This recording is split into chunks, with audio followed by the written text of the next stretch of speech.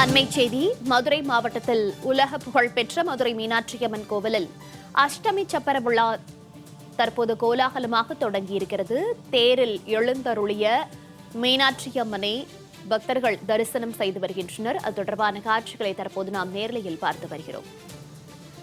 உலக புகழ்பெற்ற மதுரை மீனாட்சியம்மன் கோவிலில் அஷ்டமி சப்பர விழா கோலாகலமாக தொடங்கியிருக்கிறது. ஏராளமான பெண்கள் தேரை வடம் பிடித்து இழுத்துச் செல்லக்கூடிய அந்த காட்சிகளை பார்த்து வருகிறோம். சாரல் மழையில் நனைந்தவாறு மீனாட்சியம்மன் எழுந்தருளிய திருத்தேரை தற்போது பெண் பக்தர்கள் மட்டும் இழுத்துச் செல்லக்கூடிய அந்த காட்சிகளை தற்போது பார்த்து வருகிறோம். விவரங்களோடு செய்தியாளர் சல்மான் இணைப்பில் இருக்கிறார்.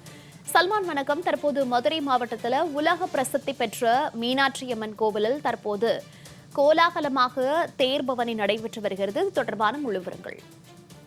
உலக பிரசித்தி பெற்ற மதுரை மீனாட்சி சுந்தரேஸ்வரர் திருக்கோவிலை பொறுத்த மட்டிலும் ஆண்டுதோறும் திருவிழாக்கள் நடைபெற்றாலும் கூட மார்கழி மாதத்தில் உலகில் உள்ள அனைத்து ஜீவராசிக்கும் இறைவன் படி அளக்கும் லீலையை குறிக்கும் வகையிலாக நடைபெறக்கூடிய அஷ்டமி சப்பர விழா என்பது பிரசித்தி பெற்றதாகும்.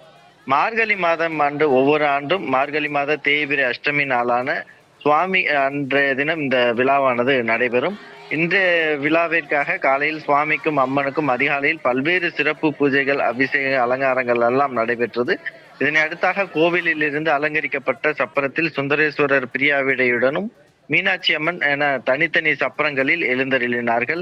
சிவனடியார்கள் கைலாய வாத்தியம் முழங்க கீழமாசி வீதியில் புறப்பாடாகிய சப்பரமானது யானைக்கல், அதே போன்று கீழவெளி வீதி, தெற்கு வெளி வீதி, மேலவெளி வீதி, அதே போன்று வக்கீல் புது தெரு வழியாக வலம் வந்து மீண்டும் கோவிலுக்கு வந்தடையக்கூடிய அந்த நிகழ்வானது நடைபெறும். தற்போது காலையில் இருந்தாக அந்த கீழவெளி வீதி, அந்த தெற்கு வெளி வீதி வழியாக தற்பொழுது அந்த அஷ்டமி சப்பரமானது வருகை தரக்கூடிய நிலையில் வழி நெடுகிலுமே ஏராளமான பக்தர்கள் சுவாமி தரிசனம் செய்திருக்கிறார்கள்.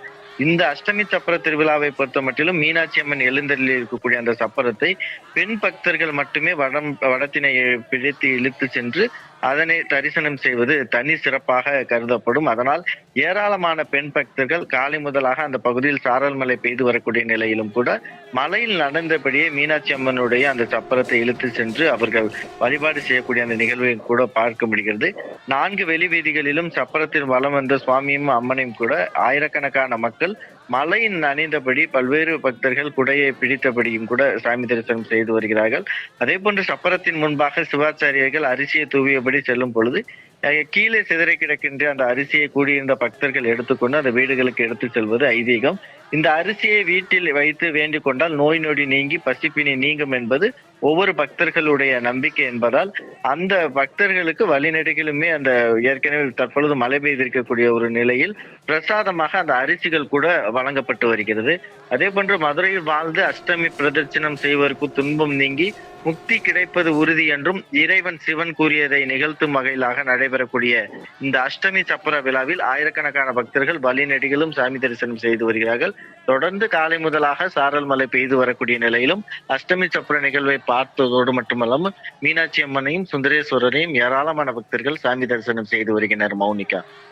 மதுரை மாவட்டத்தில் உலக புகழ்பெற்ற மதுரை மீனாட்சியம்மன் கோவிலில் அஷ்டமி சப்பர விழாவானது கோலாகலமாக தொடங்கி நடைபெற்று வருகிறது. விழா தொடர்பான முழு தகவல்களை வழங்கியமைக்கு நன்றி சல்மான்.